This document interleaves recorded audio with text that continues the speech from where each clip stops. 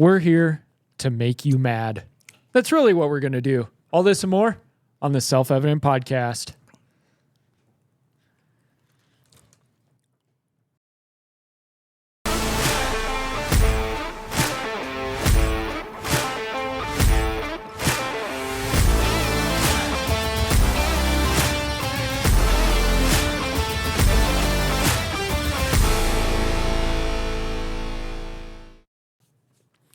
Welcome to the Self-Evident Podcast. You got Mike.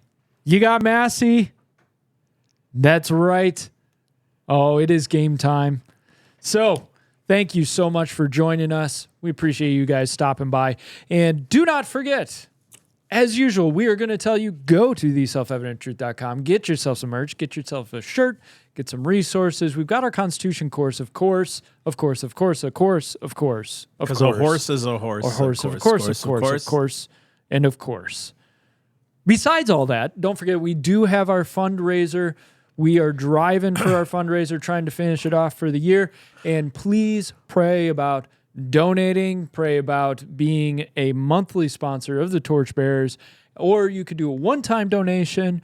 Be sure to go to theselfevidenttruth.com, click that donate button if you feel like joining us and partnering with us to go around this nation in order to spread the gospel, pray for people, minister, give history, all of that for those around the world. That's exactly right. Guys, we only have a little bit left to raise right now, so you guys just want to be a part of it. I think we got another 12 grand to raise, and God's moving. I mean, I might be generous with that. I'm not sure, but because Carrie handles all that stuff as far as like knowing numbers and whatnot, but we're doing this daily just to get you guys involved with us. So if you guys can, please go to theselfevidenttruth.com. You guys can also do text to give. What's that text to give number, my friend? What's that text to give number, my friend? Hold up. You got it. Hello. So the text to give number is going to be 772-242-0299. Text the word give to 772-242-0299. Text the word give. Yeah. So guys, we got a show today that's going to kind of make you angry, some of you. But if you listen to the heart of what we're saying, it won't make you angry. It'll make you active, okay? So we had Karen Vaughn on, 2 weeks ago, last week, something like that. And we talked about kind of like playing devil's advocate, kind of for Trump. And we got a little bit of good reaction. We got some negative reaction. We got all these kind of different things that happen. So today what we're going to do is we're kind of thinking about what are some things that we see as a problem for the Trump campaign. And they are problems. These are glaring issues with his last administration. And the issue or the importance of talking about these topics is not to slam on Trump. I will not vote for Kamala Harris. I will not go that route. It's very tough for me to cast a vote when my conscience is so heavy on life. Mm-hmm. I have a real pull and connection to the life issue that government and states have no business voting on life in the first place. It's not a states' rights issue. It is a God-given constitutional protected issue. Life begins at conception. I don't care where you think you are on that. It's so universally acknowledged when life begins. And if it wasn't life, you wouldn't have to terminate it. I mean, it just makes sense. So just that piece alone, we're going to bring some of the stuff up that happened last administration, what we're seeing now, for you guys to be informed, not to say you shouldn't vote for Trump, okay? What it is voice your voice so that he starts to turn the right way. You know what I'm saying? In other words, turn the script. Everybody says, well, now you're speaking against Trump. Who are you going to elect? Kamala? It's like, do you see how tribalist you are? Do you see how divided you are? Do you see how brainwashed you are? You're attacking already when it's like, no, what I'm saying is truth. I don't want him to vote yes on Amendment 4 in Florida. He flat out said he would do it. So there's some issues that we're bringing up that may anger you, but if you listen all the way through, you'll understand where we're coming from. I think that's the hard part, is to get through to people that we are not here to attack him. We're not here to point out all the flaws and the fables and ruin your vote for Trump. That's not why we're here. And unfortunately, I think a lot of people are going to approach this as, oh, well, they're just going to talk bad about Trump, and so therefore I'm voting for him either way, and I don't want to hear that. If you don't It's just wrong. If you don't approach a person with reason, then what you're really saying is it doesn't matter who he is. Right. I'm just going to vote for him because he fits my feeling of what I want. He fits this one piece that's what I want, and so I'm going to cast everything else aside. I'm not going to pay attention to any of that, and I'm going to get in there, right? Please, by all means, the stuff that we're bringing up, we're not bringing this stuff up saying there's not a point to that, or there's not something he did after. We're not getting, because otherwise you can go down that rabbit hole. That's weeds. Well, he did this, but then he did, and then, right? There's always a response. What we're trying to do here is say, hey, if you've got these standards, these principles, these convictions about how things should be, maybe you should understand, hey, here are some moves he made. And we're not even saying that he didn't make moves that were mistakes or he was kind of forced into the moves. They were willful and he was being idiotic. Right. That's not it. There could be things that he's misinformed on. There could be things that he used to be a former Democrat on and he's not been converted to see when life began. You know what I mean? Yeah. So it's not an attack. These are legit principles that the conservatives used to stand on that were non-negotiables. And I hate that we even have to do this whole preface thing. Truth. But I know if we don't, people, but Kamala. It's called reason. What is Jesus? God even said in the Old Testament many times with the prophets, come, let us reason together. Let's reason, okay? Right. Just sit down with me and let's talk this through, right? I'm going to show you why. And the sovereignty of God doesn't change. His law doesn't change. His word doesn't change. Therefore, in my heart, I have to be careful if I'm compromising on the principles that I said I would once stand on before God. I have to. And if you stand before God and you've compromised on those principles, we'll say it now. We'll say it now, right? Like, if you stand before God and your conviction was, no, abortion is murder, and then you stand before the Lord and the Lord goes, so why didn't you stand on conviction? Your best argument is, well, but I had to win that 4 years of the presidential election. I've never seen someone use ungodly means to win on ungodly things unless God used an ungodly man to do godly things, but they never continued in the wickedness they were doing. And even, do you see what I'm saying? Even in Habakkuk, when Habakkuk's like, the wicked are prospering, the wicked in this land. Yeah, Lord, Psalm when 37. Are you going to do something? And God goes, don't worry, I'm bringing the Chaldeans to punish them. Yeah. And then Habakkuk's like, yeah, but they're wicked too. God's like, I'll punish them. Yeah. But what does he tell Habakkuk at the beginning, right? When he says, dude, I'm about to do something you've never even seen before. And if we could just hold to the laws of God, if we could hold to the principles, we will see God move in his purity. Mm-hmm. I don't want God to have an accusation against us. Guys, listen, if you read Revelation, I'm going through Revelation really slow. I'm on chapter 12. Maybe it's been like maybe 2 weeks. I'm just kind of trying to understand it, go slow, reading kind of some commentary here and there. But when he tells it, was at the church of Ephesus when he says, man, I've seen your works. I love what you do. No, that's hot or cold. I think Ephesus was hot or cold. I can't remember which one it was. But it's one where he says... Laodicea, when he says, this one thing you lack. This one thing. And it's like, could God possibly be saying to us in our hearts, it's this one thing? Remember, that's Revelation. That's the God of Revelation. That's the Jesus of Revelation. The whole book of Revelation is about Jesus Christ. I'm saying, could God be doing that to us in this moment? Could he be saying, hey, man, this one thing, could you go through with this, think about 30 years down the road. If we start doing this, we're passing laws. There's no amendment that says federally that abortion is legal. If Trump's mind is that, what could happen? right? You see what I'm saying? And you're just throwing that out there. And there were some other things that I came across doing my research that I had questions about, and we're not going to go through all of this stuff because sometimes what I'll do is I'll do the whole research and put out all the notes, and then it's like, hey, these are more just for, pieces we can pull from when we're doing this. And I'm actually going to skip over number 1. I'm going to go to number 2. So we're going to do the LGBTQ stuff first. We'll do the sandwich slide stuff. number 1. Yeah. The BLTs. LGB, BLT, extra mayo. Now I'm hungry. Oh, that's bad. Moment of silence for a sandwich. Oh. Bacon, God's gift to the Gentiles. All right. I can already hear it now. Oh, I can't wait for the people to come in. We are grafted in, and therefore we must. Anyways.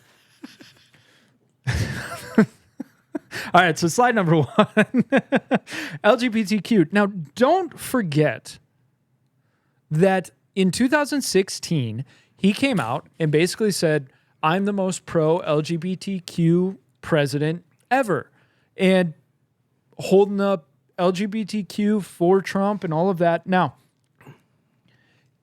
if you're not a Christian, this don't matter to you. Doesn't matter. Whatever. And if some of you claim to be Christians and you're for this, then there's questions. Yeah, then there's questions. Which good way to put we'll it. get into that a little bit later on terms of where does he actually stand in his faith. And we're not saying therefore don't vote for him. That's not what we're saying. What we're saying is if he's going to represent himself as a Christian to you, then there are some check marks and some standards that maybe you should hold back with him, right? Bring those back to him and say, yeah, but what about this? If you're going to say you're one of us, then doesn't it stand to reason that you're going to fit in on these standards with us? And this is something that some evangelicals, they had an issue with, that he was courting the LGBTQ vote. Now, from a purely pragmatic point of view, yeah, it makes sense. It makes sense to go for the LGBTQ vote, especially as a conservative or Republican, all of that. If you're spirit-filled believer, is there a different way to navigate those waters? Because it wasn't just, hey, they are human beings just like anybody else. They have a right to be a citizen. They have live, a right to work. They have a right to do all that stuff. Yeah. They should have all the same rights as everybody else. You can do that without saying you are the most pro-LGBTQ president ever, which, of course, is kind of his New York bluster. He does that. He does everything is beautiful. He's just said recently, he goes, I love my gays. You know, like, I love my gays. They're beautiful gays. They're all gay. They're the best. Yeah, I'm not quite gay, but they are. They're the best. It's really, really crazy. But again, speaking strictly from a Christian perspective, right? We all acknowledge that life is sacred. Now, what men have free will, you have to choose free will. You're going to choose God, not choose God, all that stuff. They have the liberty to do that, right? What scares, I think, us both, and I'm not trying to speak for him, but what kind of gets us both is the promotion of a sexual lifestyle, not a person, a sexual lifestyle as an identity of a person. Where this is where conservatives never used to go there. Now we're getting into identity politics. He's the first black this. He's the first gay that. It's all in the Republican Party.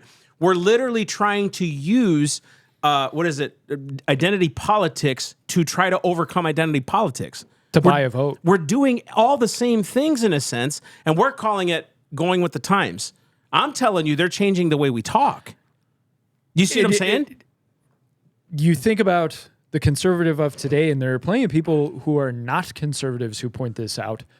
The conservative of today is basically the Clinton of the 90s. Oh. We've moved so far this way. Shoot, they were strong on the border. They were strong on marriage. Remember DOMA and all this other stuff? Not that I'm for government getting involved in marriage. Reducing government spending. And dude. The fiscal responsibility and strong military. Now, how much they actually did that, well, Clinton you could argue. He was probably be considered moderate conservative today. He would be. And we've slipped into We're not justifying him, okay? No. Gosh. I did not. Never Depends mind. on what the definition of is. All right. Anyways, so when we look at Trump, there's a lot of conservatives who are like, yeah, we've got to play that game now. And we had brought up abortion earlier. And so a lot of conservatives are playing that game now. Well, because this will chase or turn off moderate voters or independent voters. And it's so funny to me that Democrats never have a problem with staying on their principles and convictions. Straight up.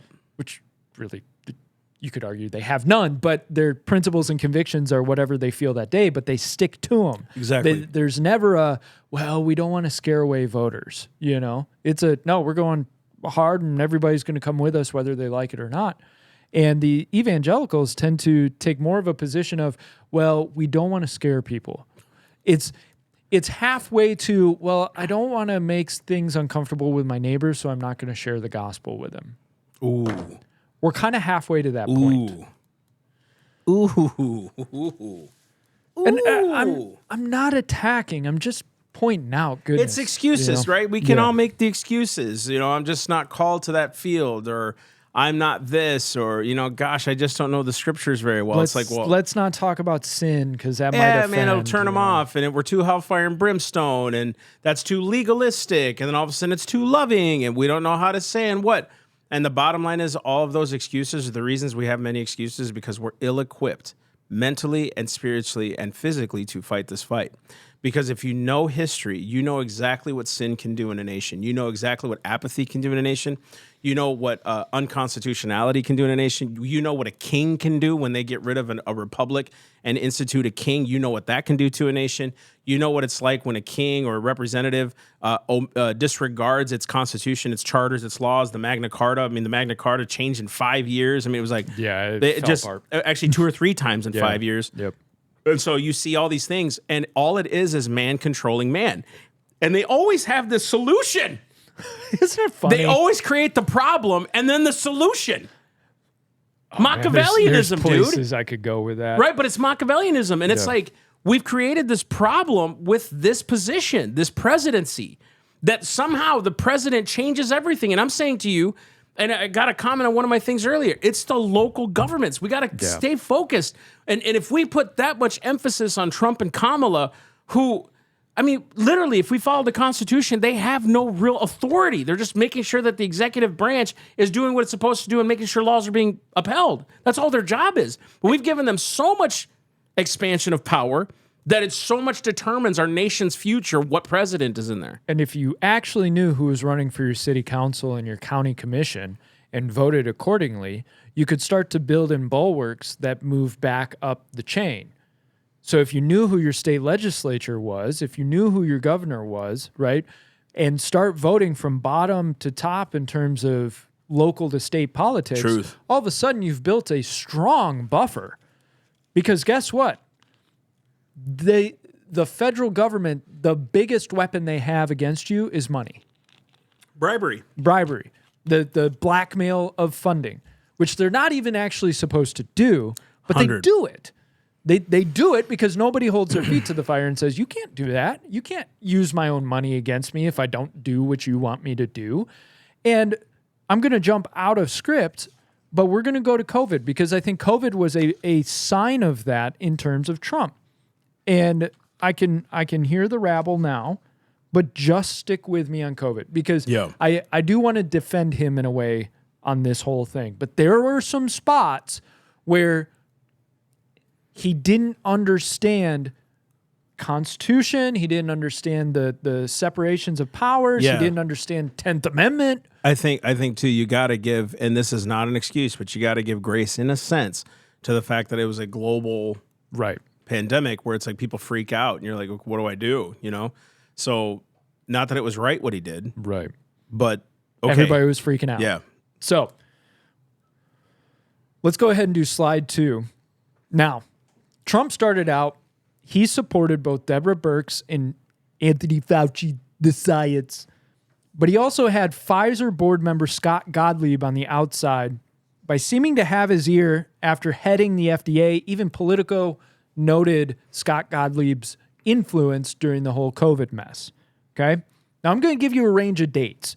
And what this is actually going to show you is Trump made mistakes, but there also seem to be influences going on at the same time. So we're saying, hey, you didn't do this right, but we kind of understand. We've got some grace. So March 11th, Fauci went before the House Oversight Committee and claimed that there would be carnage in the streets if we didn't take massive moves quickly. You remember that whole 2 million deaths thing if we don't act quick, be extreme, right?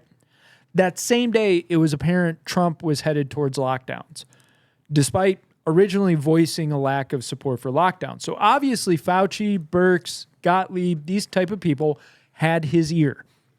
Never let a good crisis go to waste. Exactly. Dude, straight up. So that was on March 11th. Fauci's before the House Oversight Committee. On March 12th, all travel from Europe, UK, and Australia was instantly shut down. Notice how fast this moves forward. On the 13th, HHS issued a classified document transferring control of pandemic policy from CDC to the National Security Council and Department of Homeland Security. Now, all of a sudden, it's in the hands of the intelligence community, basically. Yep. So literally, it took it from the hands of the people with real authority and put it in the hands of unelected bureaucrats. Exactly. Just think, dude, literally read the Declaration of Independence. One of the reasons we separated from Britain was these little 3-letter agencies at their time were doing the same thing that they're doing now. They were given power without any kind of check and balance. Yes.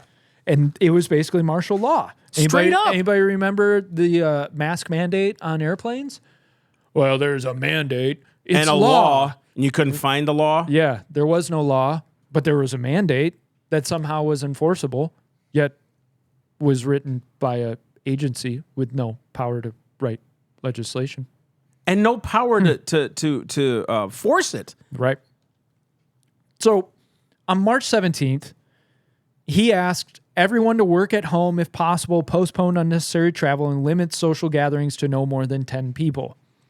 White House had issued federal social distancing guidelines on March 16th. So March 16th, social distancing, lockdown stuff started to happen.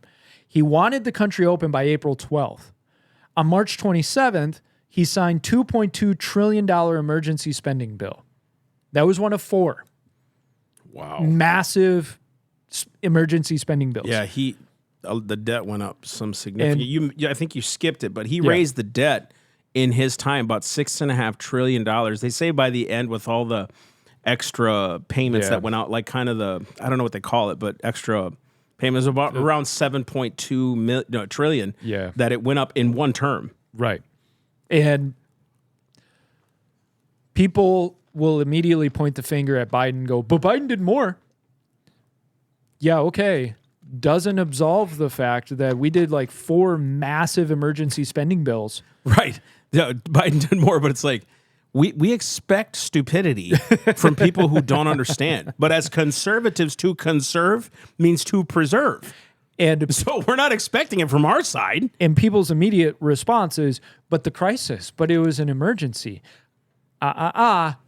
That's exactly when you have to stand on your conviction because emotion's a terrible leader. Never let a good crisis go to Bingo. waste. Emotions are great companions, but terrible leaders. Exactly. Man. And emotion doesn't make good law. Right. It never does. So on the 16th, White House had issued federal social distancing guidelines. Jeez. Wanted the country open by the 12th. Starting to get PTSD right? on this. It's happening again. Just talking about it. So on March 29th, Trump stood in the Rose Garden, and even though that first 15 days to stop the spread, lockdowns, his national plan was set to expire, he announced that lockdowns would continue for another 30 days. These lockdowns included your churches, your schools, your public gatherings. So when asked about a nationwide quarantine, he said, at this point, not nationwide. But there are some, places in our nation that are not very effective at all, but we may look at certain areas, certain hotspots, as they call them. We'll be looking at that. But at this moment, no, we're not. So by your good graces, you weren't going to quarantine the entire nation. Okay. So later on. Thank you. Thank you. You're so benevolent. Yeah. To the king, your benevolence is evident. I tell my kids that I am a benevolent dictator in the house. That's right. And then they look at me and go, benevolent? So, Banana, what'd you call me? So later on, he claimed that the lockdowns saved millions of lives and that the economy was greater than it was before the lockdowns. Wow. And he has yet to really voice regret about those lockdowns. April 3rd, his administration suggested cloth masks. On April 13th, this is where we get into that whole federal power thing. Slide 3. He tweeted, For the purpose of creating conflict and confusion, some in the fake news media are saying that it is the governor's decision to open up the states, not that of the President of the United States and the federal government. Let it be fully understood that this is incorrect. It is the decision of the president, and for many good reasons. With that being said, the administration and I are working closely with the governors, and this will continue. A decision by me in conjunction with the governors and input from others will be made shortly. And he pushed back. Heil! So we are so gracious that you are allowing us to open. Okay, listen. We're kind of making light of this, okay? I get it. Now, why are we saying all this? Again, if you're just joining the podcast, we're not slamming Trump personally, okay? What we're showing you is what can be done if he's not checked. Are you hearing this? If he believes federal power is more than state authority and can tell them when to shut down and open up under Emergency Powers Acts, you got a problem. And now it's coming from our side, not the big bad left. Not the big bad Democrats, not the weird and crazy ones. It's coming from our side. Listen, I'm telling you guys, you get someone as strong, he's strong, he'll stand up, he's strong. Hey, dictators do that too.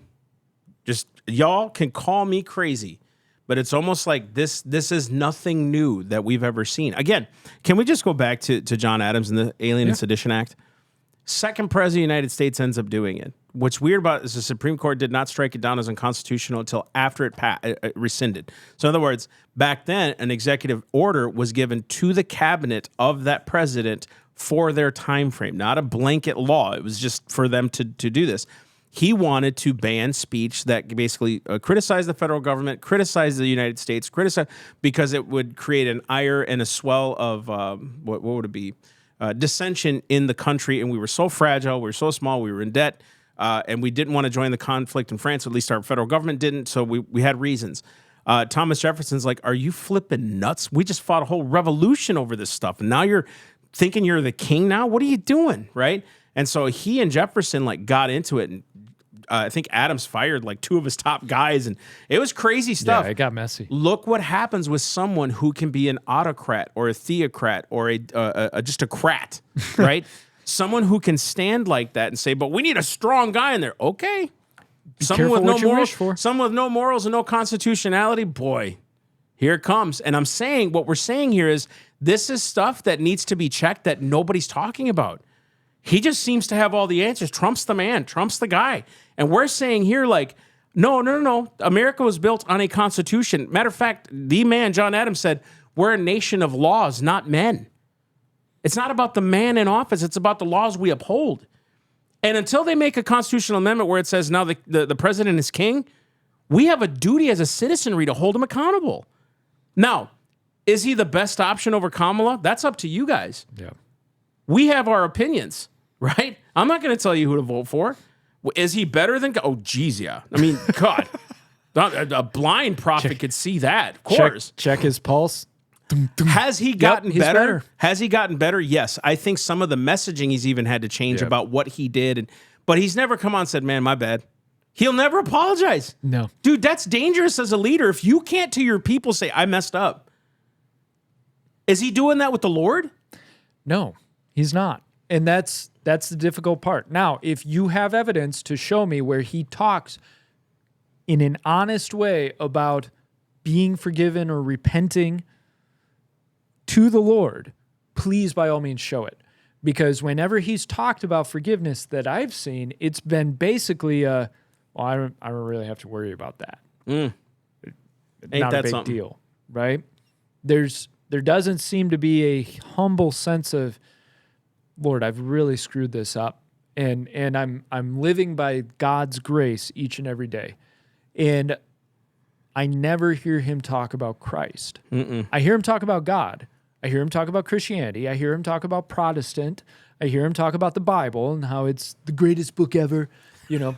Because 2 Corinthians says so. Yes, 2 Corinthians says something about the Bible, right? But I don't hear about Christ. And forgive me. Maybe that's just me being crazy, eccentric Christian, right? Can we be honest about that? Maybe it is. Maybe it is a little bit, because we're strong Christians and we believe that If you're going to name the name of Christ, you depart from wickedness. If you're going to name the name of Christ, well, then stand for the name of Christ. Don't try to compromise now, right? Especially on personal conviction. I'm not talking about making your convictions law. I'm saying stand on your convictions. Right. Right. And if you're going to tell me that you've been going to church all your life, shouldn't there be a significance that Christ died for your sins, that Christ is your Lord and Savior, that it's the gospel, Jesus Christ, right? I think that's where I have a difficulty. I know we've talked about this before, so I'm not going to belabor the point, but I have troubles with this in terms of he's labeling himself as a Christian, which I very much this pick. is good. He's taking it as traditional. Yeah, Bible's good. I'm a Christian.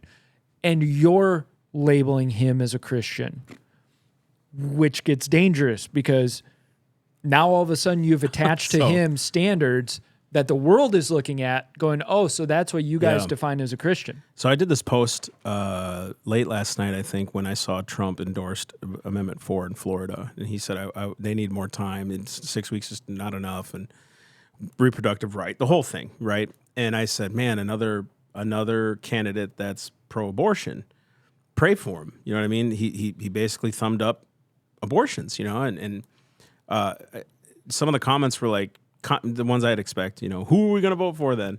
One of the comments was, do you think he's saying that to get Democrat voters? And I was like, that could be a possibility. So. Well, no, hang on.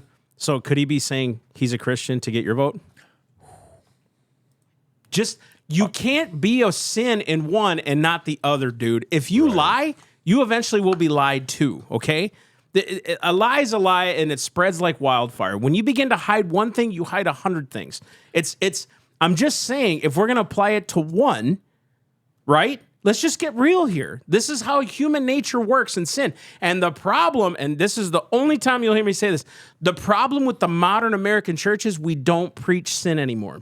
We don't preach the effect of what sin can do to a person in a nation. We don't preach anymore the righteousness and holiness of God, that what we do on this earth is being judged by him. We will stand and give an account for what we've done on this earth, especially as Christians. We're not preaching his character anymore, that he sees the living and the dead, that he sees what we do and what we don't do, the very numbers are the very hairs of our head are numbered, bro. So if that's the case, then he sees everything that we do. If we don't preach what true repentance is, to turn away from your sin, all these things, so then it makes it easy. Then I can compromise a little bit because God loves me, because Jesus died for me, right? Or worse yet, I'm a good person, so I'll probably go to heaven. But yet the scripture says, they that are Christ have crucified the flesh with its lusts and its affections. And we all are working on this every day. I get it, but I don't make an excuse for myself. Right. I don't like saying, well, I'm a human, I screwed up. I hate that. When are you ever going to change if you keep doing that? And it's the same thing with our presidents, with our elected officials, with our pastors, with our friends, right? It's like at some point we would hold our friends more accountable than we would hold President Trump. We would hold our friends more accountable to the word of God than our own president, out of respect, because, I'm being honest with you guys, I love you, but it's because of our pocketbooks, because the economy was better under Trump. It's the one response I get all the time. We just lived better under Trump. It's the wallet. Carnal lusts, bro. If we could just get real about it, it's okay. Just tell me that. You can't serve two masters. You can't serve two masters. Now, again, why are we saying all this? Can we just go back to this? We got the prefaces. Okay? We're not trying to make this heavy. We're not against President Trump. We're praying for President Trump. We're praying that someone has the guts and conviction to go to him. I pray to meet him one day. I know I'm going to meet him one day. To say to him, dude, I love you. I genuinely do as a human, because Christ died for you. But bro, some of the stuff you're standing for is unconstitutional. And it needs to be said to him. He's just a man, you guys. He's just a man. It's very tough for me, especially this whole Christian thing. He was surrounded by evangelicals for 4 years, having prayers over him, prayer meetings, all of that. He supposedly grew up in the church, says he's going to church all the time, loves the Bible. Yet, sin, forgiveness, Christ's sacrifice, these things aren't part of his lexicon, right? So what was going on for 4 years where evangelicals were sitting around him? How many conversations were actually had of, do you understand sin? Do you understand the destructive force of sin? And I can tell you he doesn't, because of that interview that he did on Fox News not too long after his life flashed before his eyes. And what was his response? Well, if you're good, you go to heaven. I think I'm good. That should scare you for anybody who gives that response. Because if you're out evangelizing or you're talking with a friend and your friend's like, well, I'm a good person, I think I'll go to heaven. That's red alarms, red flags going off that, oh my goodness, they don't understand what's actually at stake. 100%.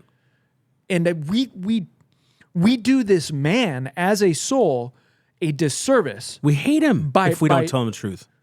We're clapping his destruction by going, yeah, he's a Christian. And we're sharing these memes around of him on one knee praying, seeking the Lord's guidance. I'm not saying that he doesn't pray, but what I'm saying is we're selling ourselves a lie as to where he's at with Christ.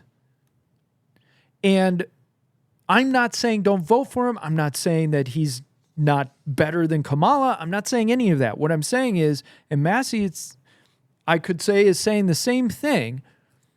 We're not being true friends to him. We're not being true supporters to him if we don't actually speak up. Because this whole abortion debate, guess what the debate becomes? Oh, well, if we talk about abortion, if we stand on conviction and we press against him, then he's going to lose because the independents won't vote for him. You want to know another time when compromise really burned this country? Was when the original draft of the Declaration of Independence talked about slavery as an abomination. Mm-hmm. And Georgia and South Carolina said, we ain't signing that if you keep that in there. And the founders said, well, we need Georgia and South Carolina, and I know some in the North probably aren't really comfortable with it, so we'll just take it out. That's right, and they did a 20-year compromise. Yep. And guess what? We ended up having to fight a massively bloody war to end slavery. We continued horrible race relations. We introduced the Civil Rights Act, which I would say decimated the black family and the black community, because we as a nation, when we had the chance and opportunity, compromised, because we said, well, we may fail if we don't compromise. Dude. Oh my gosh. And I'm not saying that us in that room wouldn't have taken long pause of like, okay, Lord, maybe we're supposed to compromise here. But isn't it funny how compromise, that small little compromise, seems to lead to massive consequences? And I can't help but look at abortion when we go, well, we better not talk about it. We better not push a federal ban because the left will excoriate us. And it's probably good that Trump's middle of the road because that'll pull in the independents and we'll get 4 more years of our political guy. 100%. At what cost? So after 4 years, because the pendulum seems to always swing back and forth, you're going to get a lefty back in office who will just railroad more pro-abortion stuff. Because we've already gone that far. Exactly. So even with history, one of the things also, too, with this compromise, this 20-year compromise, we gave now more ammunition to our future generations to hate and to combat us, right? Instead of just saying, no, we're going to stand on this. Now, I do look at abortion as the same as slavery. I look at and I know I get a lot of flack for it. It's like, you can't compare them. Oh yeah, you can, because both weren't considered human. Both were considered inferior. Both were considered life and independent and sovereign. So yes, but imagine if we had the law that said, well, they could be slaves up until 18. Well, they could be slaves up to 10, then 13, then they become men and they can decide. Like, nobody would go for that, but it's like, well, as long as it's 15 weeks. You know what I mean? As long as it's 20 weeks, as long as it's 6 months. And I'm not just talking about life. I'm talking about everything. I'm talking about his policy sometimes on money, passing bills, passing laws. I'm talking about his, you got to give him this, man. My man is great at foreign policy. Yeah. Shoot, dude. Yeah. Good night. That's amazing. Good for him. And we'll stand with him on that. And we did. Well, one of the things I said in the post that I did this morning that really got some attention was I've pointed out unconstitutional and biblical things on both sides for years. We've both been doing this, right? So it's not like I'm picking on Trump. I did it with Bush. Did it with Obama. Did it with what's his name? Biden, Trump. We've done it all, right? Every single and people are like, you're not going to get a perfect president. I know, but that doesn't mean we don't point out things that we see that are unconstitutional. That's stupid. Like, my job is to uphold that. I'm a citizen. Especially for the sake of saving face. Oh, buddy. And we're both noticing this vein of, well, we've got to save face, especially for those moderate independent voters, and pro-life is a big issue, or abortion is a big issue, and Trump will get attacked if he doesn't just say states' rights. And what you'll see is the wisdom of men, the wisdom of the world, pointing the finger at the conservatives, going, if you would just shut up about this abortion stuff, Trump will get in office, and then you can win. You can get your economy back. You can get your foreign policy back, and he'll put it to the states, and then the states can decide whether or not a life matters or is of value. Yep. Dude, it's so funny because you see a lot of conservatives that'll say, God first, God family, God, until we have to stand for him and be convicted about it. And then when it comes to President Trump or whoever that runs on the right that has any kind, well, we just can't say nothing right now because, but it's like, dude, how can you sleep with? I don't know, guys. Again, life for me is an issue that I don't know what it is about that issue. Maybe some can brush it under the rug. Maybe it's because I really do value the fact that God saved me, and that He could have easily taken me out because of my sin, and that He spared me. Maybe it's the fact that I never even really thought about this, because I just never really think about it. Carrie had a miscarriage, our first. She was pregnant the first time, had a miscarriage, and we had a little dress. I'm not trying to be emotional. I'm just saying this is what happened. This is what made me realize. Someone gave us a little dress. And I often wonder, would that have been a girl? It would have been older than Isaiah. Yeah. We would have had an 18-year-old. Can you imagine that, dude? An 18-year-old, maybe brother or sister. Wouldn't that be a trip? Yeah, definitely. It would be But think about it. You got these little babies who don't get a shot at life. And we're asking, or we're compromising whether they should die at 2 weeks, 8 weeks, 15 weeks, 3 months, 6 months. When can we stop life? And we're having a debate about killing. And that was his whole statement on this 6-week ban in Florida is, it's too short. That's too short. So we can have a timeline about this. We can. And I was telling Massey on the phone, and I'll be more controlled than what I said on the phone, but we're compromising. We're compromising. We all need a little Jesus. We're compromising on life. So what we're saying is, we've got to just wait, and we'll put in one more step, and we'll wait a couple more, and we'll put in one more step, and we'll have a little bit more of a fight. Okay, so those 10,000. 100,000, 300,000 lives were spent so that you could be comfortable and spend a little more time having more of a nuanced argument about all of it. Right. I think too, like, there's so many other things that we need to keep our eyes on if Trump becomes president, which is his federal power. I don't think he understands the office of president, what his authority is. I don't think people have the guts to tell him what his authority is and what it isn't. And he usually pushes back. Oh, he does. And does not like it. He don't like the word no. No. And so then he gets mad at somebody who says, you can't do that. And he considers that person an enemy. Right. Which is self-insulating. Right. It's a defense mechanism. So then you can't get the right process going. Right. So here's a couple of action steps. And we don't want to end this in a weird way. But we've kind of belabored the point. To me, again, abortion's huge, but also states' rights is huge. The national debt is huge. Sorry, Paul, still is. The constitutionality and unconstitutionality of law and executive orders is huge to me. There's so many things that he's just kind of fallen into. And again, I just think it's because that's what he knows. It's not that he's trying to, I don't look at him as malicious. I've just never seen, he just really is who he is. You see, what you see is what you get with the guy, right? So is he a better option? If I was looking at this completely in the natural, obviously than the left. It makes so much sense, right? But as a Christian, as a constitutionalist, as a conservative, as a citizen, my duty is to uphold the things I know, which is the law. Right. And that's important for us. We will continue to call out the junk because it needs to get called out. And I love this country more than I love Trump. I love God more than I love Trump. I love my family more than I love my country. You know what I mean? I love my God more than I love my country. I love my God more than I love all of it. And it's like, I look at this going, if I truly love, then I will confront and do my best. What does he say in Revelation? To those that I love, I rebuke and I correct. Be zealous, therefore, and repent, right? So I love him enough to say, dude, this is wrong. And there's nothing wrong with us doing that. Well, you're going to turn off the voters. It's like, well, if they're that weak-minded, they shouldn't vote. If they can't critically think, they shouldn't vote. Because we got a lot of weak-minded people voting. And we have a lot of weak-minded people in Christianity. We have a lot of weak-minded people that are running this country and our states and our cities. And so if they're that weak-minded to be swayed by my opinion, can you imagine the emptiness they have? Therefore, we need to go preach the gospel and give them an identity in Jesus because that's what God offers through Christ. Guys, this isn't just about politics. This is a spiritual warfare here. This is a battle we're fighting in the spirit. We don't wrestle against flesh and blood. This is about principalities and powers. And Trump is just as susceptible to it as any one of us is.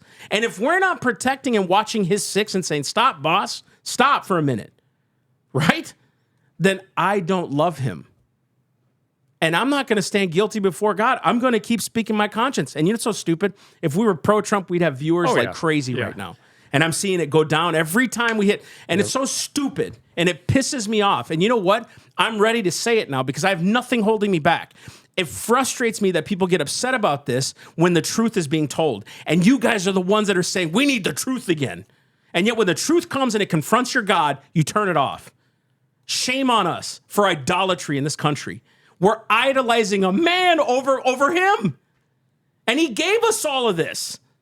And we think this guy's going to do it and we just can't say anything? Oh, my goodness.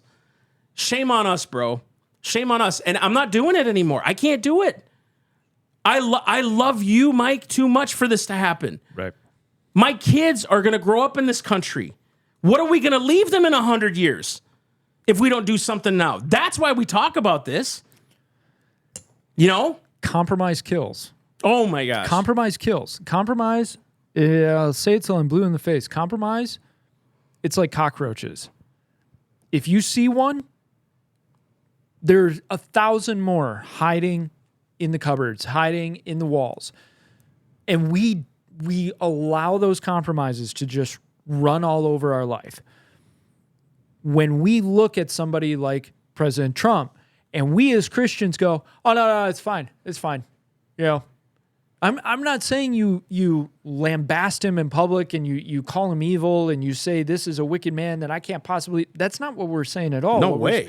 What we're saying is we're all wicked and evil without Jesus. Start A, praying for him, but B, start standing on conviction. That's it. Start praying. And especially with other Trump supporters, say, hey, I hear you, but let's not lose sight of the goal. Right. How many times has he turned his opinion when people say, no? He's done it. Right. So we have to make it. Listen, how come we can't say anything right now? But the moment he said, I'm going to endorse Amendment 4, I'm going to say yes to Amendment 4 in Florida, what does that do to the voter base who hang on his every word? What does that do? Well, I'm just saying. And you had a small number when he decided he was doing states only. It should be the states. No federal ban. I would never do a federal ban, all of that. You saw a small number of evangelicals go, this is a problem.